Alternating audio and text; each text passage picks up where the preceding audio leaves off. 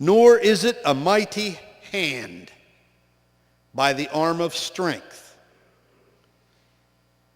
It's in the heart. Perhaps that's why the same prophet who prophesied about the Holy Spirit and Pentecost, Joel, spoke these words, "Rend your hearts, not your garments." 2 Kings chapter 22, verse 2, that was read in the scripture reading, says Josiah did what was right in the sight of the Lord and walked in all the ways of David his father and turned not aside to the left or to the right. You will remember that the Bible said David had a perfect heart before God. In 2 Kings, God says Josiah's heart is like David's heart. Josiah started his reign at age 8 and ended his reign as king at age 39. He reigned as king for 31 years. Josiah did what was right, and nothing could make him turn aside. By the time Josiah was age 26, he began to rebuild the temple, for it was in disrepair because of the neglect of God's people. But Josiah obligated himself to undertake to repair the house of the Lord, and it pleased God. God then both anointed and empowered Josiah to tear down the high places in Jerusalem and Judea. You see, there was a progressive work that took place.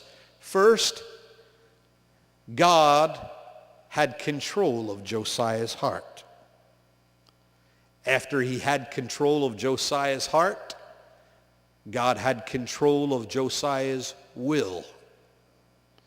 After he had control of Josiah's will, God gave Josiah work to do in the house of the Lord. Then God gave Josiah his word of the covenant. And when Josiah placed God's word in the reading in God's house, he gave him power for great spiritual victory. In that way, the people got spiritual victory. It honors the Lord when in the place of worship, his word is proclaimed. He moves in the hearts and lives of his people. And he gives people like us, busy people in the world, who often wrestle with high places in our own lives, spiritual victory. I wonder how many of us here today can testify, like Josiah's people, that we too struggle with the burdens of life that weigh us down.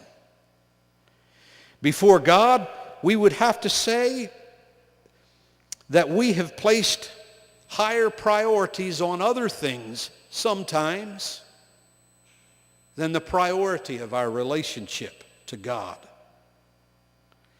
We look like the field spoken of in the gospel, where a sower went out to sow. He sowed seeds that grew up, but thorns grew up also and choked the good seed. Jesus said that the thorns were the cares of the world. People who were just so busy, they made the cares of the world more important than the cares of God. In this way, people allow their busyness to replace God's business he wants to do in us and through us. In this way, even people like people here in Korea also can have a form of idolatry when we allow things to take first place above our walk with God. The attrition of the world sets us on the path of backsliding. Perhaps like Josiah's people, we too worry so much about ourselves. We displace our thoughts of God with self-centeredness, which becomes a form of idolatry. Perhaps we too think more about our ability than God's ability. And we rely on the arm of the flesh rather than trust the Spirit. God wants to say to us, it's not by human might, nor by our power, but it's by my Spirit, saith the Lord. There may be ways we neglect the Lord's house, our church, our relationship to God in His Word. The young King Josiah would say, return to the whole Word of God and give attention to His counsel. After all, the Bible says the grass withers, the flower fades, but the word of our Lord endures forever. It is a lamp unto our feet, a light unto our path. And when we hide His word in our hearts, it helps us not to sin against God. Like Josiah, when God has our pure-hearted obedience, He will empower us to then begin to tear down the high places. After all, who shall stand on His holy hill except those who have clean hands and pure hearts? This He does in our lives as a gift, by grace, through faith, when we say, Lord, we love You first in all of our lives. Let's review our lesson before we close this humble offering. 1, seek to obey God from a heart that purely belongs to Him. Put Him first. 2, walk in a right relationship and work in the house of the Lord. 3, read the whole counsel of God and worship Him. 4, trust God to give you power.